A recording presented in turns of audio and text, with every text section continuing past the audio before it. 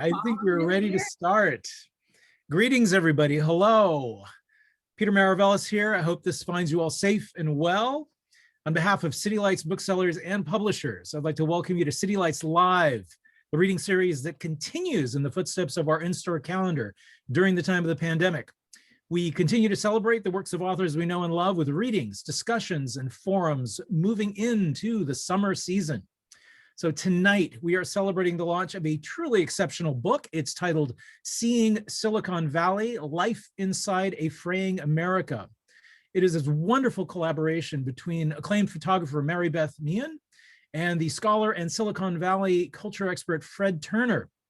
There have been many books written about Silicon Valley and the rise of the tech industry over the years, but tonight's book has gone above and beyond the fray in placing a human face on a place that has been steeped in myth and hype. To the outside world, the dominant industry memes announce the region as being a place of extraordinary wealth and innovation. But behind the curtain lies another Silicon Valley, one segregated by race, class, and nationality in very complex and very contradictory ways. Through incredible images and powerful text, Seeing Silicon Valley, Life Inside a Fraying America reveals a hidden world that stands counter to the cliches we've become accustomed to over the years. Instead of the ubiquitous entrepreneurs winning fame and wealth, we see portraits of struggle, of families decimated by a voracious real estate market, workers striving for a living wage, and communities harmed by environmental degradation. The book draws a powerful analogy. If Silicon Valley is viewed as being the fate of America, as so many of its apologists proclaim, then this book gives us a scathing and unvarnished look into our future.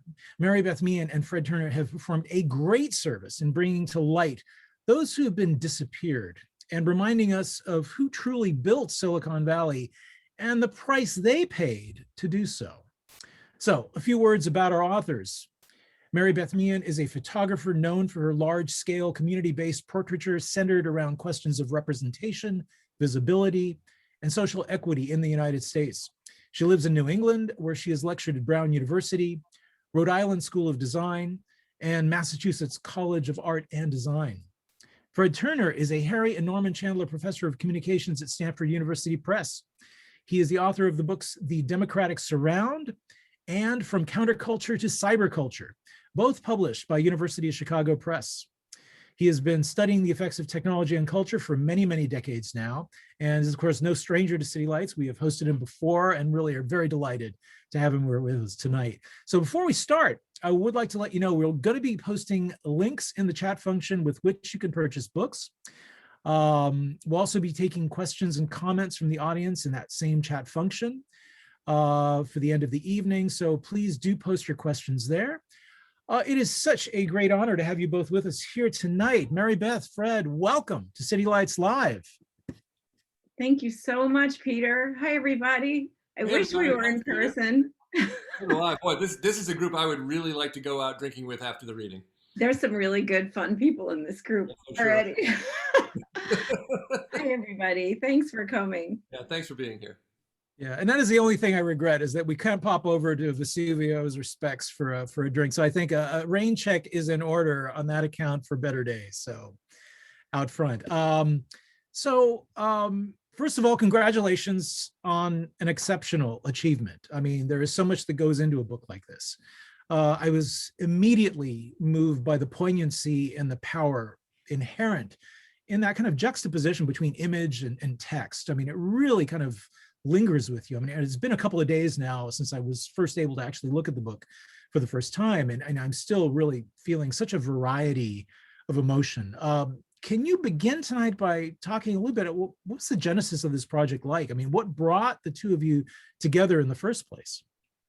Sure, I think I'll just jump in on that one. A few years back, I had been here for almost 20 years, and I'd gotten very frustrated with the mythology of Silicon Valley and the way in which, we told stories about how creative folks like Steve Jobs and Mark Zuckerberg were selling incredible new technologies that were transforming the world. Meantime, I was living in Mountain View, a couple miles from Google's headquarters, and I was seeing a very different world, a world that was very diverse on the one hand, but also radically unequal. And I realized that we needed to actually see the city that was being built here, the region that was being built here.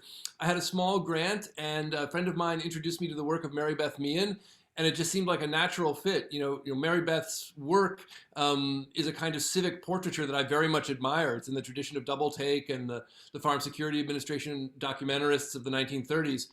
And I think, and I'll say this because it'd be weird if Mary Beth talked about her own work, but I mean, she achieves a kind of civic intimacy in her portraiture. She brings you very close to the lives of people, and yet sees them in light of the structures they inhabit, and that's what I wanted to do. So we were very lucky. With a little funding from Stanford, we were able to bring Mary Beth out as a visiting artist, and to shoot the book and to collaborate from there. And we've worked really closely together over, I guess, several years now to produce the project, and I'm really happy with how it's come. But the key thing I want to get across is this idea that Silicon Valley is selling itself hard, and it's selling myths about itself and about its impact. It is projecting itself as a city on a hill for our time. If that's true, then I think we need very badly to see the people who are actually here. And I think that's what Mary Beth does, and I feel really lucky to be able to work with her. Mary Beth? Well, thank you, Fred. Yeah, I was just minding my own business and I got this phone call. Did I want to talk to a professor named Fred Turner about doing a project in Silicon Valley, which, at that point was like, the surface of the moon or something. I mean, what did I know about Silicon Valley and what could I possibly offer? But Fred and I had a few phone calls, and I went out there for a little exploratory visit. And I was looking back through my notebooks. I came in July of 2017, stayed in an Airbnb in Mountain View near Fred's house, and made one of the first portraits, which was of the owner of the house. Her name was Erfan, and her family was from Iran. And I said, I hadn't even seen her. I'd just been Airbnb messaging her and said, I'm here. I thought, okay, I'm going to get my feet wet. I'm here on this project. Would you mind talking to me? And right off the bat, she was willing to make a portrait. She met me at the door wearing her beautiful emerald necklace. And she said, this place is really hard. This place is not what people think. We came all the way from Iran. My family in Iran think that we've made it big, and I don't want to disillusion them or be ungrateful, but this is a hard place. And so right off the bat, people wanted to share their stories and were willing to be photographed. And so I would do that so that was July. I went back in October for a 6-week intensive internship with no husband, no kids, no friends, just morning, except for Fred, morning, noon, and night. No friends, please. Just morning, noon, and night. Everyone I met, every coffee, every burrito. But then, it would be someone that I would talk to, but then also doing research and talking to the people with Silicon Valley Rising and Lenny Siegel in Mountain View, who's doing all this work with the environment, and, and on and on. People, all of the activists on the ground who were working really hard, as you know, Peter, to make life better for folks there. They always were willing to talk and introduce me to someone. So it was just that kind of organic process. Yeah. Could you talk a little bit about what was it like coming to the text, deciding on what text to use? And then I'm sure there were a lot of photographs. I mean, would you send things to each other? I mean, what was that kind of dialogue like? Well, when I got done with that really intensive 6 weeks, I mean, everybody I met, everybody I photographed, I spent a long time interviewing. Usually first, someone would introduce me to someone and we'd meet in a cafe or a sushi place or something, and we'd talk for hours and hours, and I would record all these interviews. Then I'd sort of figure out, who is this person and how do they fit in the whole picture. Then we'd figure out, okay, what's the best way to make the portrait? So someone like Cristobal, who ends up, we'll look at pictures later. You ready? Okay. Maybe we're not ready for that, but someone like Cristobal, who's living in this shed, we had talked for hours and hours, and I knew I wanted to photograph him. Someone from Silicon Valley Rising had introduced me to him, and then he gives me his address, and I meet at the house, and we don't go in the house. We go around the back to this shed that he's living in. And so then I come home with this portrait and listen to the interviews and transcribe all that, and then wrote those very short passages, sometimes out of hours of tape. And then Fred, when we got done with the whole thing, Fred, he worked on the essay as a parallel track. Yep. So, I mean, I think we, and let me also just say that we edited each other's writing kind of intensively, Yeah. and it was really good. I mean, it was very valuable. I think Mary Beth's goal has been, Mary Beth, correct me if I'm wrong, was to bring the voice of the people who she'd photographed onto the page with them. And I really wanted to hear that as well. I think one of the things that's happened in Silicon Valley is that the voices of the people who are in charge here can be heard very loudly. They have really big megaphones. Right. And we wanted to offer at least a small megaphone to the people who we saw around us. The essay part for me, which is something I'd always wanted to do, was a framing essay. And the essay begins by taking seriously the notion that Silicon Valley is offered up as a promised land. And if this is a promised land, what's the promise? Well, the promise is the fantasy of a world of, constant interconnection and kind of happy disembodiment, sunshine 24/7. But the deal with Silicon Valley is that a lot of what's here is sort of under the ground, unseen. My realtor told me when I bought a house here that, my job, the first thing I had to do was go look at the Superfund site map, which is a map of pollution sites in Silicon Valley, so that I didn't buy a house near one. Well, that's a pretty interesting kind of thing to be told. And, there's a long history here of layers and layers of kind of erasure, first of native peoples, later of farmers. And we wanted to kind of make that both visible and audible, I think, in the text. And so my job with the essay was to kind of frame up the images and to say, here's the world we're inhabiting. One last thought. I'm a historian. And I kind of fell in love very early with the American Puritans. And I know some of you on the call will be rolling your eyes now. Either folks who know me and know how in love with the Puritans I am, or folks who marvel at the disturbing thought of being in love with the Puritans. But I've often asked myself, if I were in Plymouth, Massachusetts in 1620 or in other places in 1619, what would I have wanted to record? What would I have wanted to put in my bag and take into the future?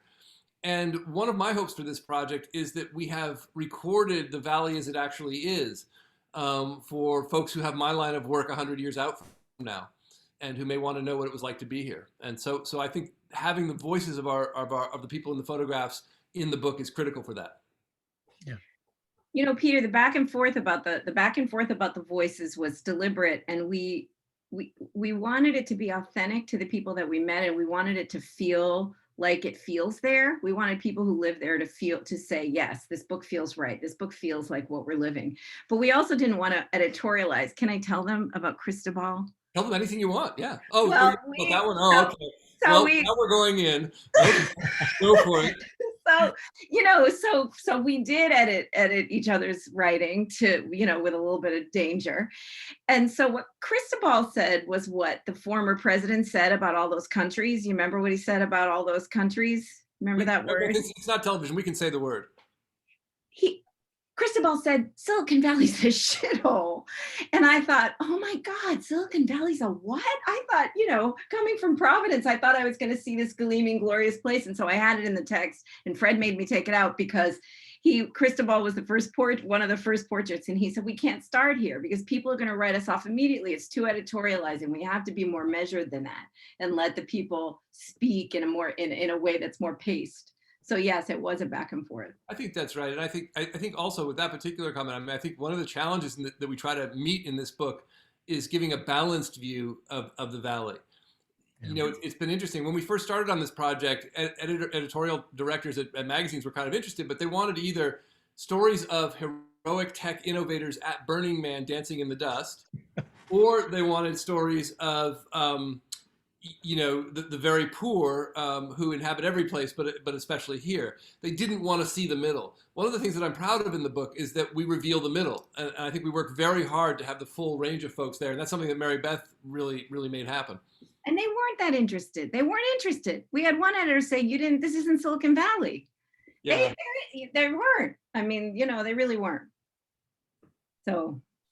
Oh, interesting to hear about that denial kind of. So Mary Beth, you're from New England. What was it that surprised you about the Valley as you worked there? Because we're really talking about very different environments. And I'm also very curious, how does this project relate to your earlier work in Georgia and in Massachusetts? Mm-hmm. Well, it was just so surprising to go there where the sky is so blue and the bay is so beautiful. And there's this idea, I mean, this idea of California. I mean, but you know, a lot has changed since we started this in 2017. The fires, you know, I mean, it hasn't, a lot of that has sort of worn off, but it was really surprising to see how much struggle and how much suffering there was there on the ground. And how when you interact on a day-to-day level, I could go on and on. It felt like a place where everyone was in their cars and they didn't really know, you don't really know anybody. And when you do start to talk to people, there's just so much suffering and hardship, and you don't know. And what I realized is, you don't know if the person waiting on you giving you your coffee is homeless. You don't know if the person in Target who's, you know, selling you something is homeless. There was this feeling of unease, like it's kind of this, I feel crazy when I say this, but it almost feels dangerous. It feels dangerous the way, being in the developing world, there's that kind of underlying suffering that could just break at any moment. I don't know, do I sound crazy? It felt like that. It felt like that. And then when you start to think about, oh my God, the money here that's bubbling up at the top, the money that's available were it to be distributed to everyone else, could solve so many problems. I mean, it's Mary just Beth, a real, it's disassociative to be there. Mary Beth, can you say a word about where you come from in terms of your family and your mom, and what that meant when you got out here?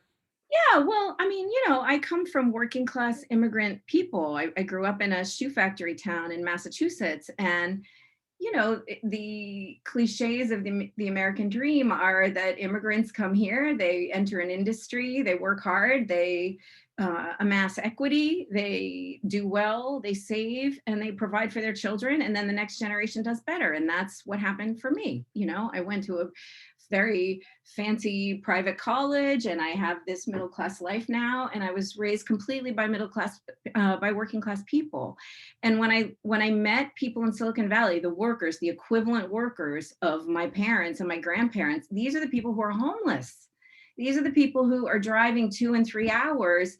And so the way I grew up in my hometown of Brockton, Mass, with my father, you know, clubs and civic organizations, and there are real people really knowing one another and being part of groups and going dancing and all of that stuff that sounds so quaint now. People don't have time for that. I mean, Richard says, Richard from Tesla says, oh, we just want a cooler of beer and a paid vacation. Like, we're not trying to break these companies. But so that level of quality of life that working class people could establish in an earlier generation, before the 1980s, before Ronald Reagan and before Milton Friedman, is not happening in Silicon Valley. So if it's not happening in Silicon Valley, where there's all those billions at the top, what does that mean for the rest of the country? It just seems clear as a bell. Yeah, Beautifully put. I'll just follow up, and I want to tie what you just said, Mary Beth, also to some of your earlier work in Noonan, Georgia. So for folks who don't know, Mary Beth has a very long project in Noonan, Georgia, which is a town that's been marked by racial division for a long time. And in that town, and this is one of the things I found most exciting about her work, she's made portraits of people, and then those portraits have been blown up into billboard-sized banners, which have been hung around town and led to a conversation about the membership of the town and the structure of the town. And you know, when we think about Silicon Valley is a place where we build technologies that individuate people at scale. You know, they give you access to individual experiences. They're personalized. They target you. We're building online a society of individuals. And, you know, I think one of the things that your photographs have revealed, Mary Beth, is that in this new economy, we're building a potentially fairly lonely, atomized place where we're not as accountable to one another as we might want to be. And, you know, in your earlier work in Noonan, you did a lot of work to kind of repair previous ruptures, you know, generational ruptures across race lines, across economic lines. And I know one of my hopes for this book is that at least we will have made visible the kinds of social fractures and the kinds of lines and the kinds of people who are actually here. And maybe, you know, give us a glimpse of how we might begin to work across some of those lines that are dividing us, not only in Silicon Valley, but in America as a whole.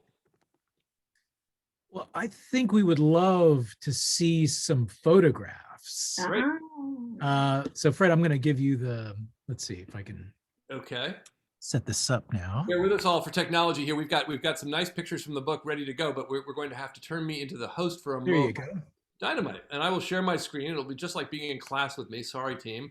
But I will throw up images.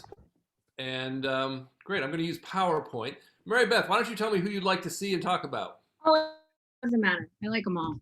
You like them all? Okay. I mean, yeah, let's go. just start at the top. Oh, go ahead. Well, I was gonna start here because it's one of my favorite pictures. Yeah. It's our cover image, and I'm gonna go to slideshow view so people can see it properly. And let me just ask. Let's see. Can you guys see this? Okay. When you do that, it bounces you to the beginning. So we're on Abraham and Brenda now. Oh right, my bad. I'll move that right away. Give me a sec. That's all right. There we go. So you had to start on the one that involved me getting a burrito. But this was after a long day of working, I was going back to I had a little Airbnb in Menlo Park, and I stopped and I saw there was a food truck and there was music. I think it was in Palo Alto. And I got in line and I ordered food, and so this whole project was this balancing act. All my projects are balancing acts between doing the research and meeting people through other people whose concerns are aligned with the people they're introducing me to. And then there's the serendipity and the joy of seeing someone on the street or meeting someone who just grabs me for some reason and saying, "What's your name? I'm doing this project. Could I have your phone number?" And and on and on.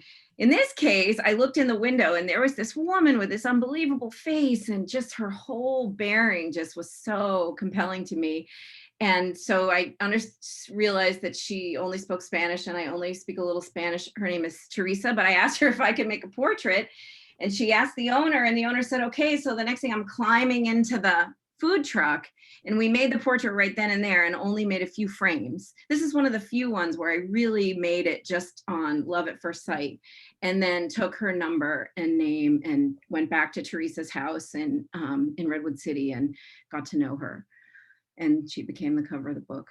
She's from Mexico, and she hadn't seen her family in 20 years. Go back to Richard. Go back one. So Richard, I love. So I had been introduced to a labor organizer who was doing work with the workers at Tesla. The AFL-CIO had staked out a place in Fremont, and they were trying to help the workers at Tesla organize. And so I got invited to some meetings, and Richard walked in, and again, his was of course another love at first sight, and he just was just so amazing. And I had to wait through the whole meeting and say, oh, please let him say yes when I ask him if I could photograph him. So I introduced myself to him at the end, and he said okay, and I met him at his house.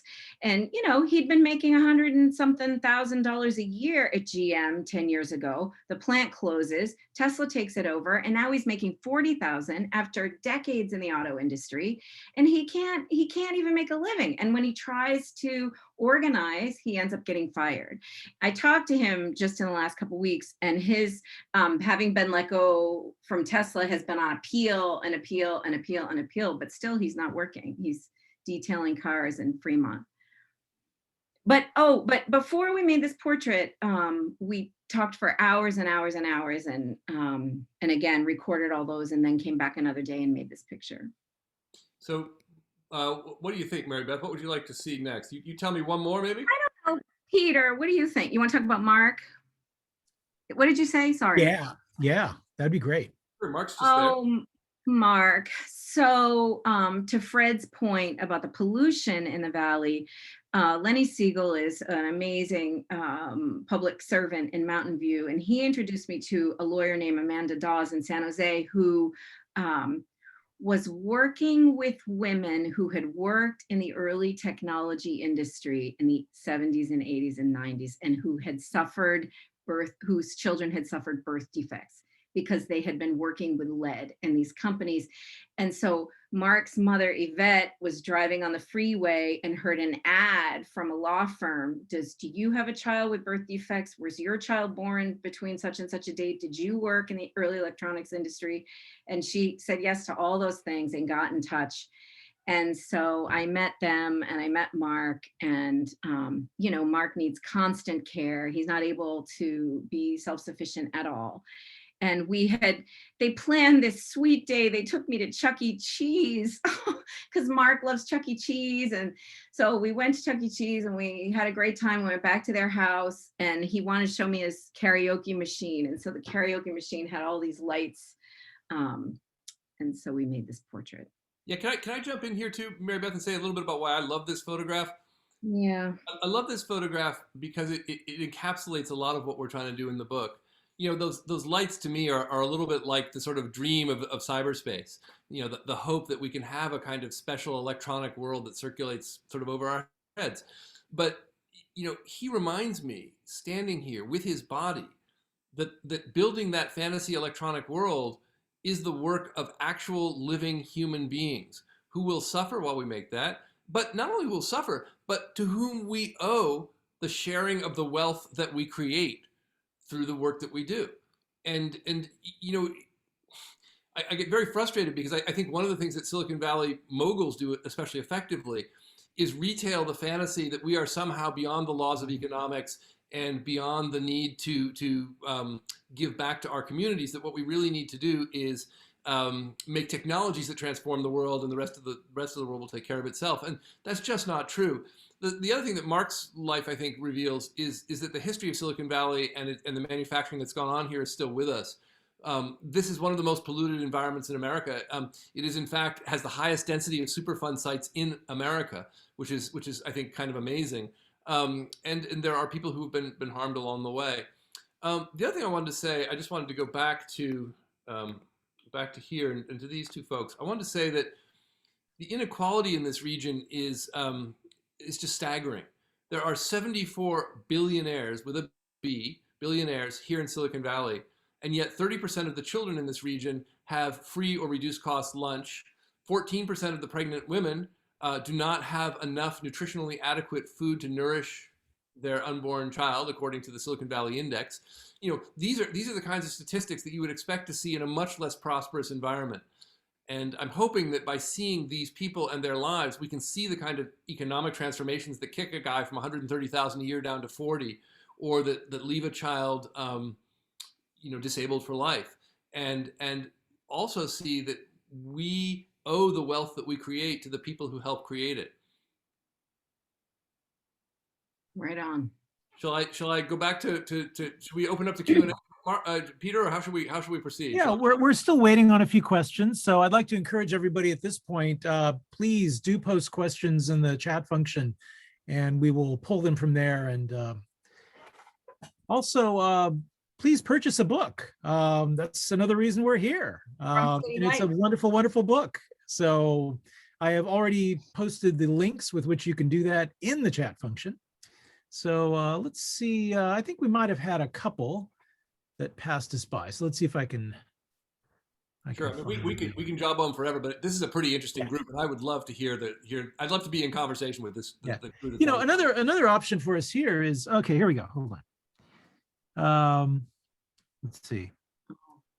Tim Bone said, "How do you just end up getting invited to a union meeting?" Well, these are long. This part's not interesting. So I have a friend in Providence whose sister does all this labor organizing in Berkeley. And she does these sessions with workers in which she tries to educate them about their rights, and she tries to get them to organize. So she had partnered with the AFL-CIO. And so I'm constantly like making all these contacts with people, you know, people who work with workers, people who are working in the environment. And then they're sort of referring me to people that they know who might be interested in being photographed. In that case, she got me into those union meetings, but she, you know, she had to clear it with the AFL-CIO and all of that.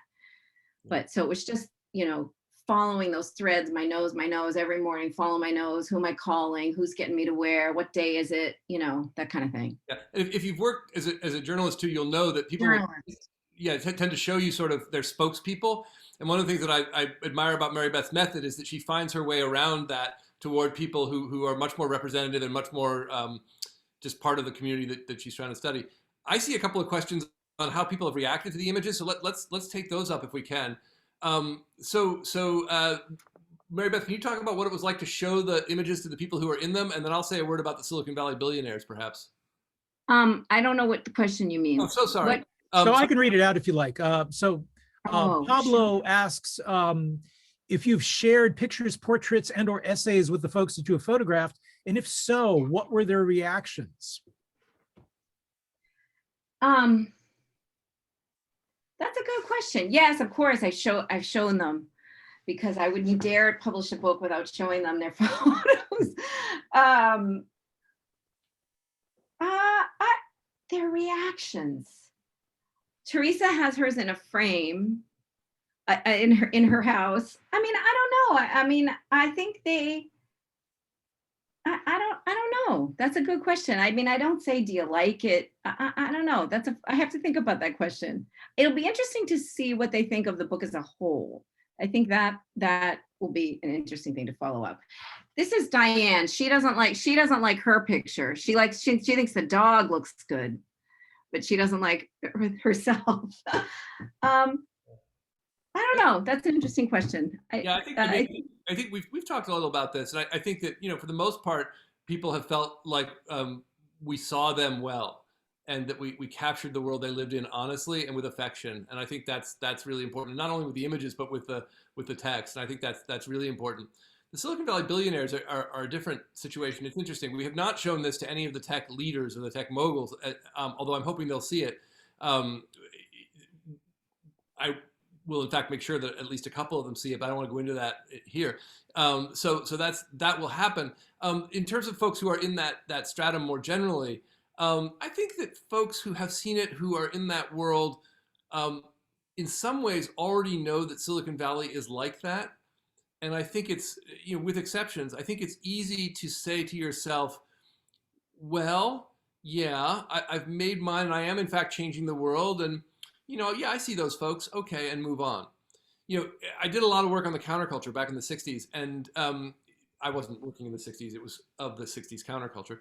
And folks then would often engage with different communities, more impoverished communities or more ethnically diverse communities, because they were mostly white, the folks I was writing about. And you would offer critique like, hey, wait a minute, isn't this kind of segregated? And they'd say, well, yeah, but you know, we're making it better. There's a way that I think is Silicon Valley sort of absorbs criticism, takes it in, and it makes them in a weird way feel better about themselves, which I think is sort of a hard thing to see. So that's something that I have seen, and it's a little bit odd. And I'm not sure what that's about, you know, I just don't know what that's about. You know, just here's Justina, who I met at a party of these their, you know, they were scientists. They were sort of high level young engineers. And she was this woman in this red dress commanding this room full of men. And when we did and so I just was intrigued by her and got her number, and we met. And she told me this whole story about her dream was to use AI, self-driving technology, to send robots into disaster areas to save people's lives, to, you know, so this real humanitarian approach. She couldn't get that funded. She said, this is capitalism in Silicon Valley. Nobody's going to give me the money. It will cost millions of dollars to get that thing up and running. It's certainly not profitable. And she let go of it. So, and she works in the automobile industry, developing self-driving cars now. So here was this thing that really was about making life better for people. And it was impossible. It was impossible to do because it wasn't profitable. Yeah, and this is one of the loops that you see in Silicon Valley ideology. I spent a lot of time around Google, and I know when I started hanging out there, people would say, you know, we're Google, don't be evil. This is about 2006. But then they would say, well, what's good? Oh, well, providing information to people is good. And who provides information? Well, Google does.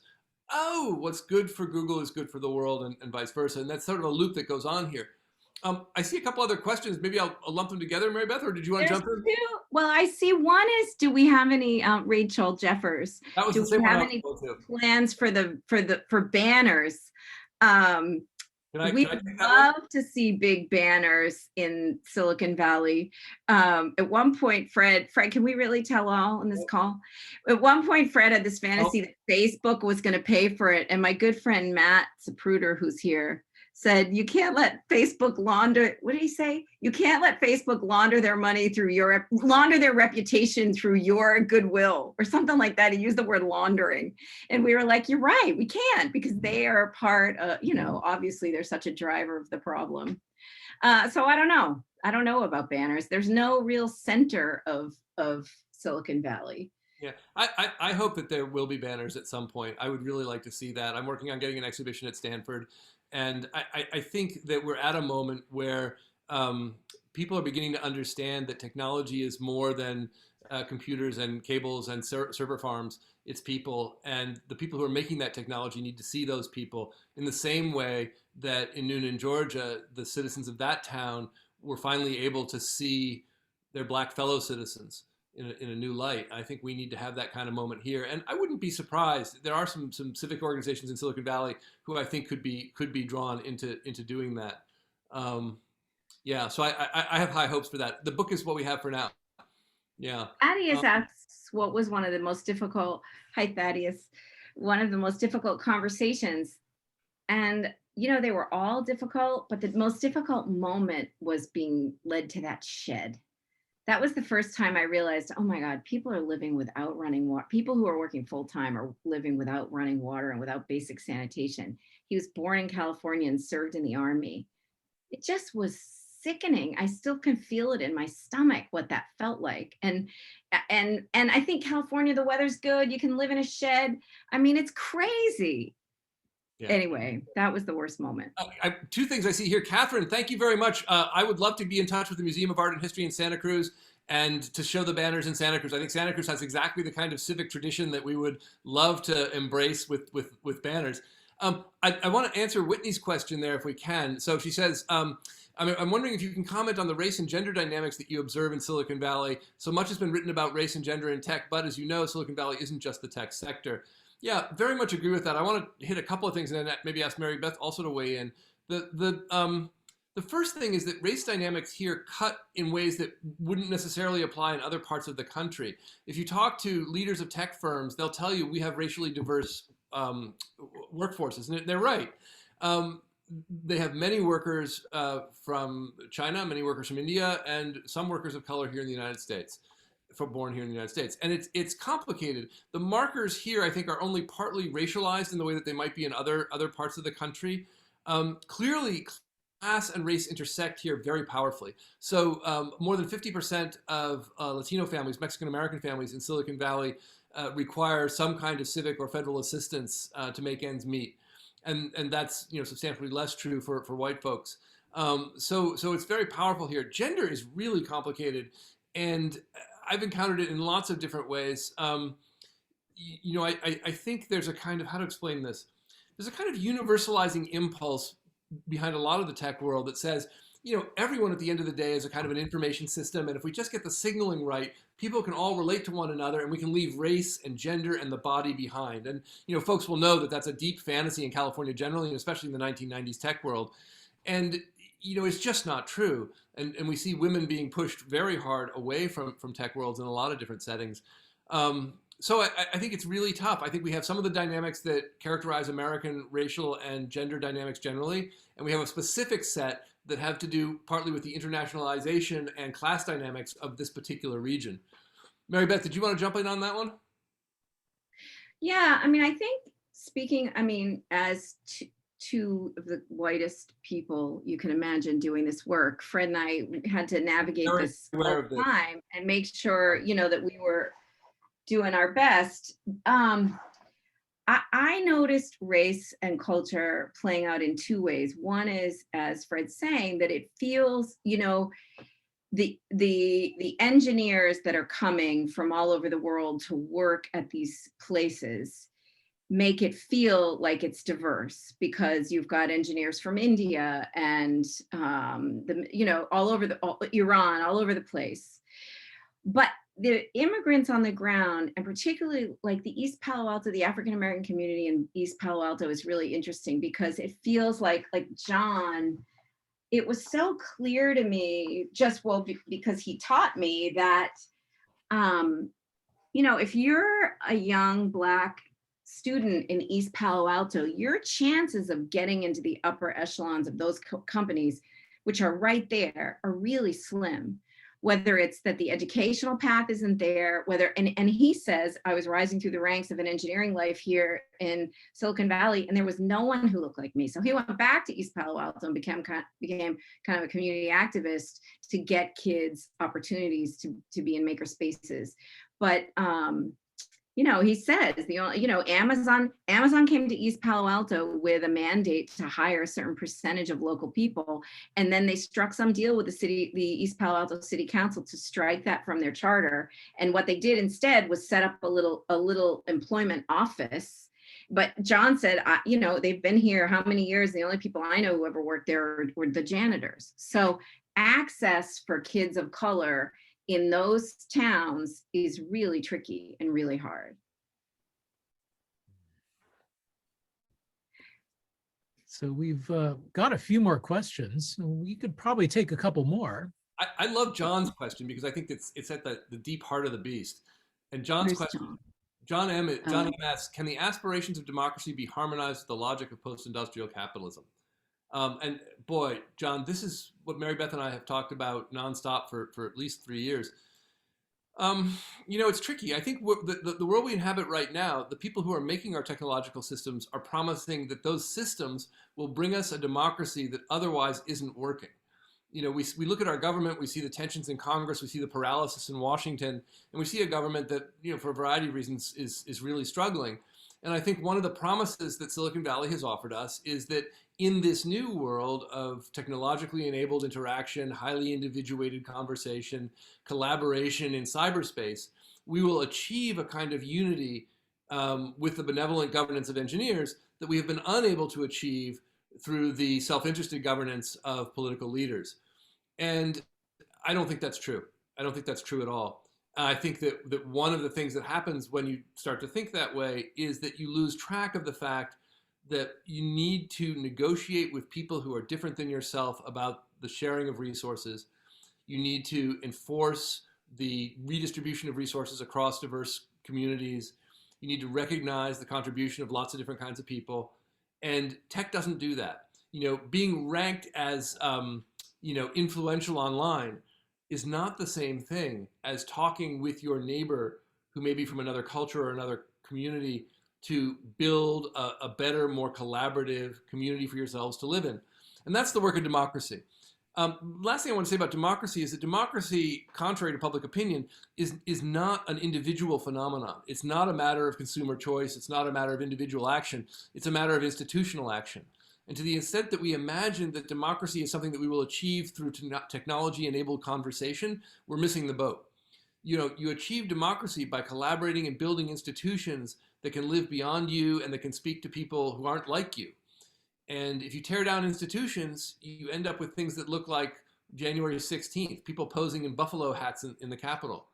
And that's like a social media performance, only it was happening live with weapons. And that's the kind of thing that I think we need to push back on. I think we need to build and sustain democratic institutions rather than simply technology-enabled conversations. That's my rant on that topic. But Mary Beth. Well, I just think ever since Milton Friedman and Ronald Reagan, shareholder profit is the only thing anybody cares about. It's simple. If you look at the business roundtable from a couple of years ago, they're starting to say, oh, maybe shareholder profit shouldn't be our greatest motivator. Maybe it should be community health. Maybe it should be worker health. Maybe it should be healthcare. Maybe it should be quality of life. I mean, it's kind of a no-brainer. Fred told me quit saying neoliberalism. Fred said I say neoliberalism too much. But It's a sleight of hand. It's a trick. It's a trick. There's so much money going off at the top. It couldn't be clearer. More money needs to come down to the bottom. And to say that it's the corporation's job to maximize profit for the shareholder is just a rule some guys made up. It's not law. I mean, the economy is not given from on high. The economy is just something that we made up, and we can change it. It needs to be changed at the policy level. I don't know. I'm not an economist, but at the policy level, it needs to be changed. If we talk about worker health, and then there's that right-wing sleight of hand that says, well, oh, now you want socialism. Well, no, we just want people to have healthy lives. Right. It doesn't seem that complicated to me. It's worth remembering that we've had this discussion before in America. We had it in the late 1930s, and it's one of the things that led to the New Deal and Franklin Roosevelt. Right. And one of our inspirations was the Farm Security Administration photography of the 1930s that revealed the lives of the farmers who were living inside the great mythology of, sort of the American West, but were in fact living in the Dust Bowl. And so I hope that helps. There's a question about difference and how we figure that out. I don't know. I think that focusing on difference alone. What's the question? I'm sorry. It's how do we stop talking more about what differentiates us, as Michael Meehan, and pay more attention to what we have in common in an environment like Silicon Valley? It's a great question. I actually think that one of the challenges is finding a balance.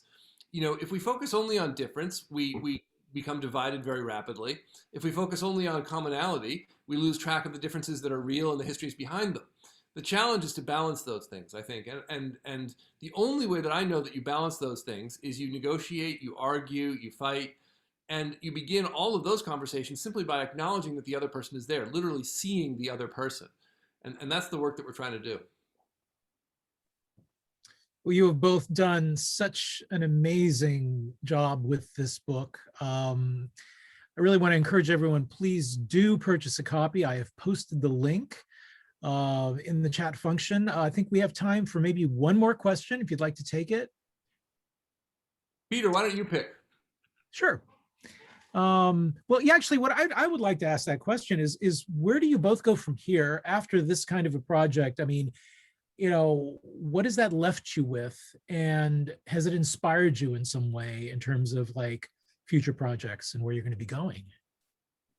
Mary Beth, over to you. I'll come back after. I think the thing that really, you asked earlier, Peter, about Noonan, Georgia and Brockton, Mass. And I think what really unites these projects and what really motivates me is the way the country is kind of pushed around by these dominant narratives that are, I mean, that's kind of a catchphrase, but these narratives that are really just inaccurate about who people are, and they allow for distortions and perversions of who people are, and they allow for people in power to set a story that other people can't kind of speak through. And so I just feel really motivated by that to see communities in kind of to do it slowly and patiently and try to see what's complex and subtle about communities turns out to be a valuable thing. I mean, I think that's what happened in Noonan, and that's what happened in Brockton, and that's what's happened here, that people are saying, I mean, like I say to my husband,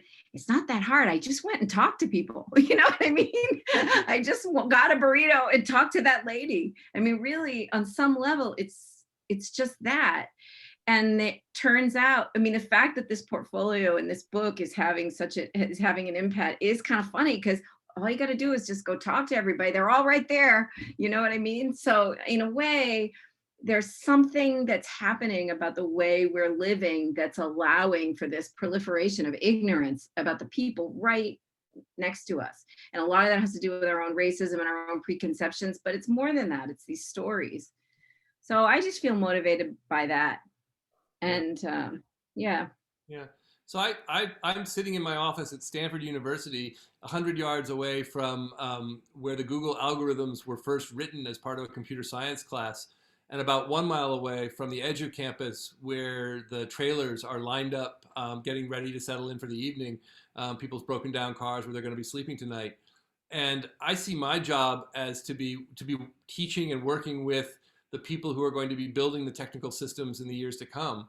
and to be trying to find a way through schooling and teaching to help them see the world that Mary Beth has brought to life in these pictures and that we've tried to name in this book, and to see that that's their world. And it's a little bit, as they do unto their users, so shall they be done unto. And I'd like to sort of help folks in, especially computer science, but in all technical fields, as we build the cities of the future in digital space, what kinds of cities are we going to build? That's the question, and I'm just trying really hard to teach and write toward that from right in the middle of the place where these new technologies are being designed and built. Well, we look forward to all your projects and hope to have you in our orbit again sooner than later. Mary Beth Meehan, Fred Turner, thank you both. It's been such an honor, and congratulations. I mean, this book is an incredible achievement. I just want to say what a huge honor it was for us to launch the book with City Lights and you, Peter. I mean, how cool. And the only thing that could have been better is if we were all in person right now and about to go for a drink. But still, really, really, thank you so much, Peter, for it feels so special. Yeah. Well, the rain check for the drink holds. Okay. So better times. You all heard it. Yeah, I look forward to that. So everyone, please stay safe, stay well, and we look forward to seeing you again very, very soon. Good night. Thank you, Peter. Thank you, everyone. Thanks, everybody. Really appreciate it.